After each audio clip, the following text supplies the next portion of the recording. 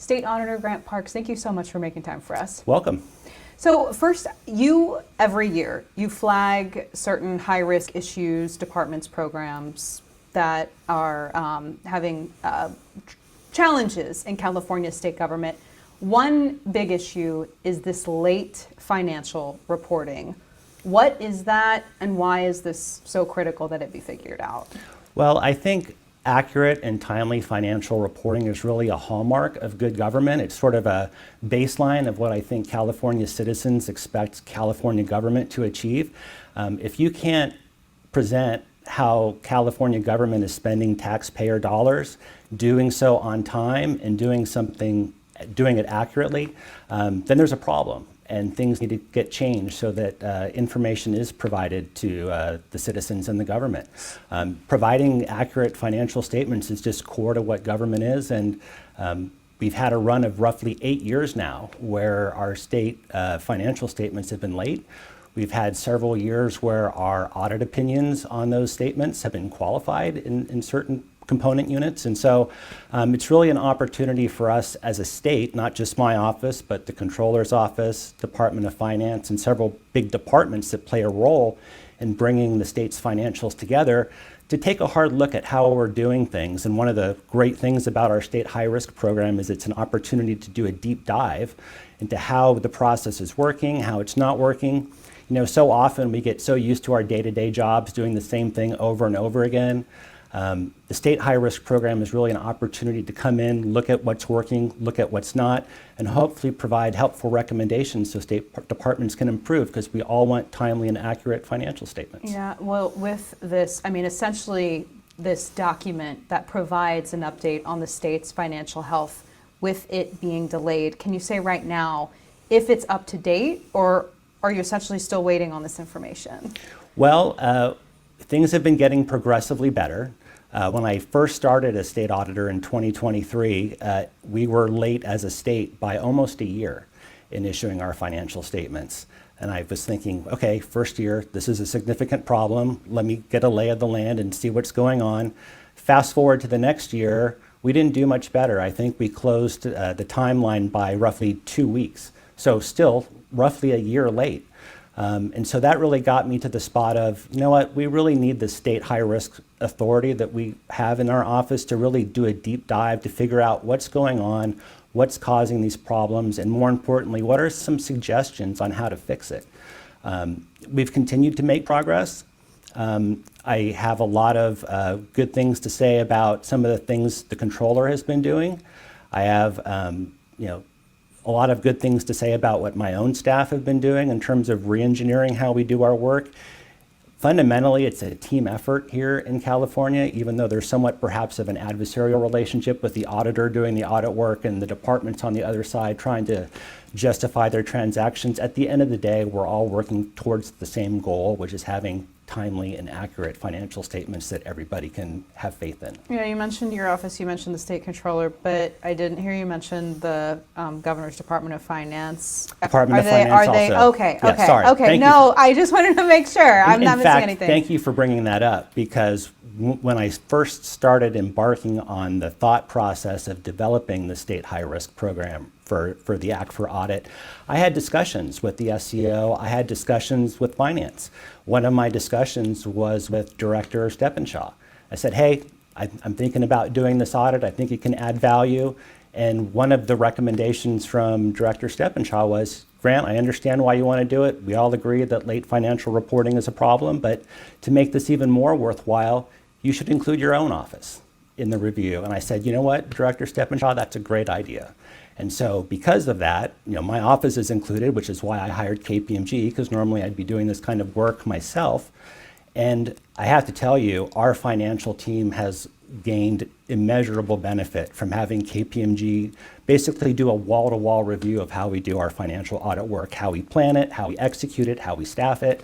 And so as an auditor, if I can derive all that benefit from the audit work that's happening, I'm really hopeful that other state agencies can use the work of KPMG as a real opportunity to improve themselves. Okay, so just to take a step back, for the general, everyday taxpayer voter, What is the issue? What's the consequence of having these late financial statements, this late financial reporting?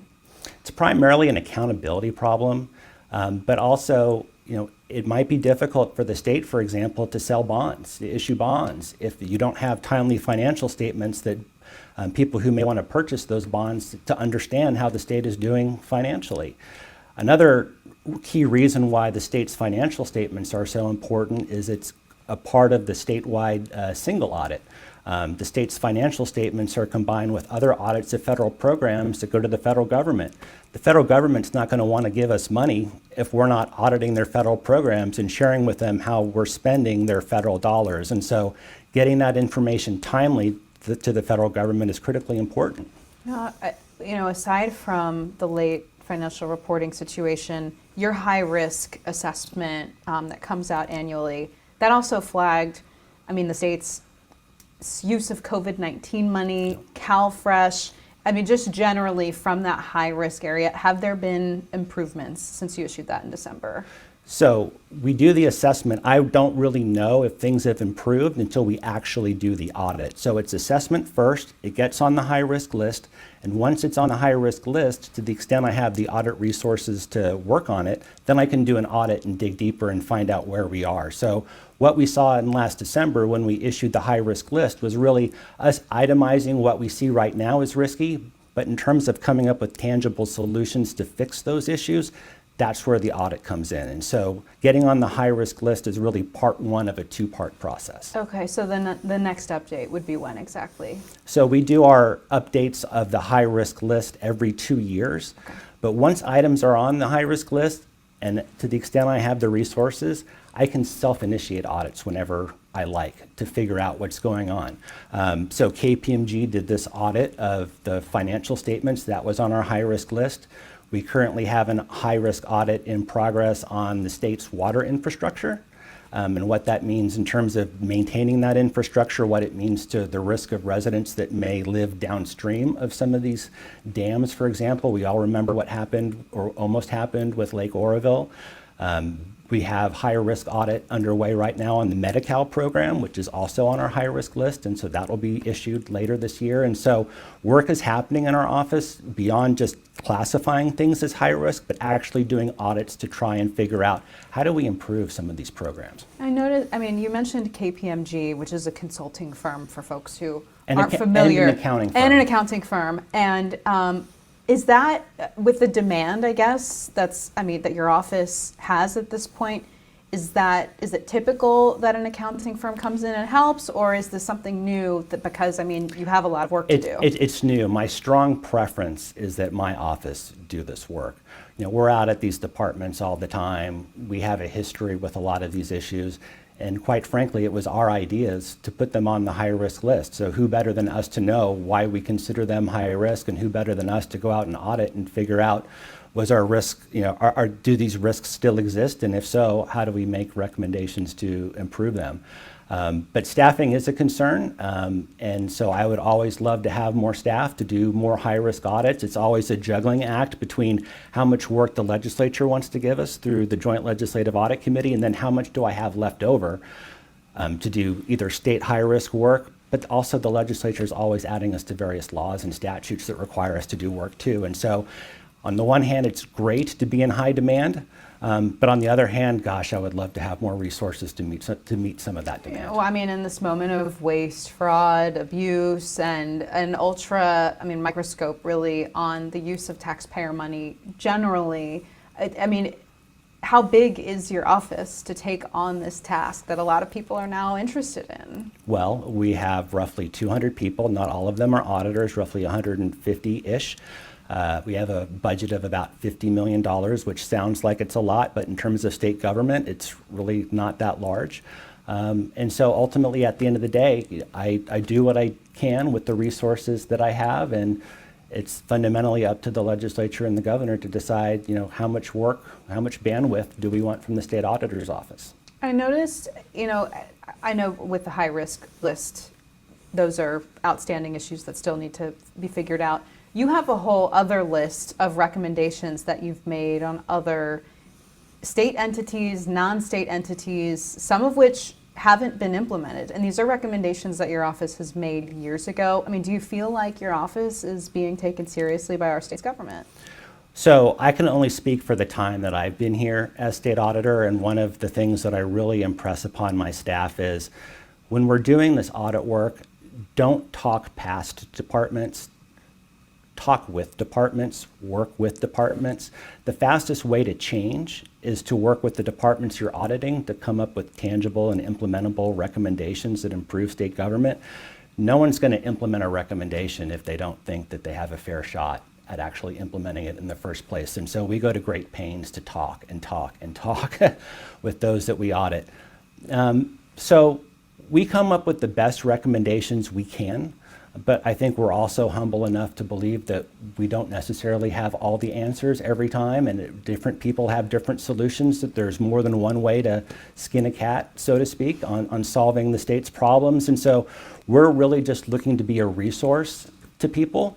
And so there are times when we recommend that laws get enacted and the legislature acts and they implement those laws. Other times the legislature or departments may think, you know what, I understand where the state auditor's coming from, but we have a slightly different direction we want to go in. And that's perfectly fine. My whole point is I just want to see problems get fixed. And so if we can contribute ideas that lead to problems being fixed, that's great. If it prompts the legislature and departments to come up with alternative ideas on their own to get problems fixed, that's great too. I don't need to go around taking credit for what problems get fixed and which ones don't. Okay, I wonder, and this kind of brings me back to the original question about some of the delayed financial statements. Your office has flagged that there are some duplicative responsibilities, there are some layers and a lack of communication from some agencies or departments. I mean, does the size of California's government make it tougher for your job at this, this juncture? Well, it probably goes without saying that California is an incredibly complex place, especially from a financial standpoint. And so KPMG noted out some opportunities for greater collaboration and communication between two of what I consider the key state oversight agencies when it comes to financial reporting. So that's the Department of Finance and that's the State Controller's Office. And so in California, we've got these two entities with similar but slightly different responsibilities. We've got the Department of Finance that's responsible for setting accounting policies in many respects. And we've got the State Controller's Office that's responsible for what I'll call GAAP reporting. It's that, generally accepted accounting principles, the gold standard for financial reporting. And so you've got these two entities with different roles, but the Department of Finance, as the entity that comes up with the state's financial policies, they have a real impact on whether or not and how California goes about complying with GAAP and actually getting these ACFR statements issued. And so it's really critical that these two entities are communicating. When we do our audit, for example, we get management representation letters from both. And most of the time they're similar, but sometimes there's differences, which causes us to potentially go back and go, oh my gosh, we're about to issue this audit report and the State Controller's Office and the Department of Finance are giving me different amounts on what the outstanding loan balance is with the feds on the unemployment insurance program. We got a problem here. We have to fix that.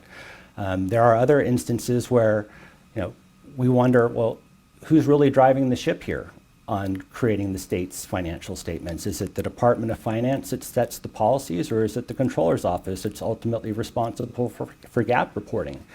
And sometimes those two entities, things don't always meld well when you're trying to get the financial statements issued, because the Department of Finance, for example, might be focused on getting financial information ready to go out for the budget, which that timeline doesn't always perfectly align with the Controller's Office trying to get the financial statements out on time. And so there's a lot of coordination that needs to happen. And quite frankly, given how big California is, given how complex the financial statements are, it's quite a challenge to get them issued by the 9-month period after the end of the fiscal year, which is around the end of March. Things almost have to work perfectly in order for us to do that. And as has been reported in the press, things aren't perfect here in California in terms of financial reporting. We have issues with fiscal, we have issues with state departments and agencies that aren't fully staffed up with accountants that are fully aware of GAAP. So there's a host of issues that I think are institutional barriers or cause friction, if you will, that makes reporting timely challenging. Things are getting better, but by no means do I think we're at a spot currently where we have developed a sustainable financial reporting process that almost guarantees we're going to issue on time in March. I think more work needs to be done, and that's why I'm very grateful for KPMG and the work that they did. For those who, in this moment of waste, fraud, and abuse, who claim that there is widespread fraud in our state's government, what do you say to that? I'm paid to be skeptical, just like the taxpayers are paid to be skeptical. And I think if $1 of fraud happens, that's $1 too many. And so, we have audits that are underway where we're looking at things like the Medi-Cal program and other programs, and we'll have things to say about how those programs are working later this year. Yeah, homelessness, accountability, and effectiveness. I know that's one that everyone is standing by to see. Is there anything else you think we should know about your office? Anything that you would really like to see maybe in the coming months or weeks, really, I mean, as you carry out this work? In terms of my office specifically? Yeah, in terms of your office specifically, or even in the way the state government operates. Well, for my office specifically, I view our role to be a resource to policymakers. We provide information, that's why we exist. If the legislature wants to send us in this direction or that direction, that's their prerogative. I would just wish that I had the maximum opportunity to take advantage of the items I put on our state high-risk list to actually audit those issues, because from a certain standpoint, what's the value of putting something on our high-risk list if I never have the opportunity to fully audit those issues and work with those departments and come up with recommendations that may lead to lasting change? To be clear, you can't do that right now. Well, it's a balancing act. I've been auditor since 2023. I think this KPMG report that we just issued, or that KPMG issued, I think is the first state high-risk report that I've issued since I've been here. Okay. We're doing one now currently on the Department of Water Resources and their water infrastructure management. We have another one in place currently on the Medi-Cal program. So we're doing work where we can, but there's always things for us to be looking at. I would love to go look at the SNAP program right now. Given some of the changes that have happened in the federal government, given the California's payment error rate and the risks that it creates, that, hey, California may have to pay more of a share for its administration of this program if we don't get our payment error rate under control. I'd love to take a look at that and hopefully work with the department and come up with recommendations on how we make that better. But again, it's a staffing issue, it's a bandwidth issue, it's what are the demands coming out of JLAC, what are the demands coming out of the statutory work that we're always inserted into, which we're grateful for. It means that people value and respect the work that we do. Who knows what's going to happen in the election that's coming up. We're in various measures there as well. And so we're here to serve, and we're going to do what the legislature tells us to do. All right, Grant Parks, is there anything else you think we should know before we let you go? Thank you for reading our work. Absolutely. Thank you so much. Thank you.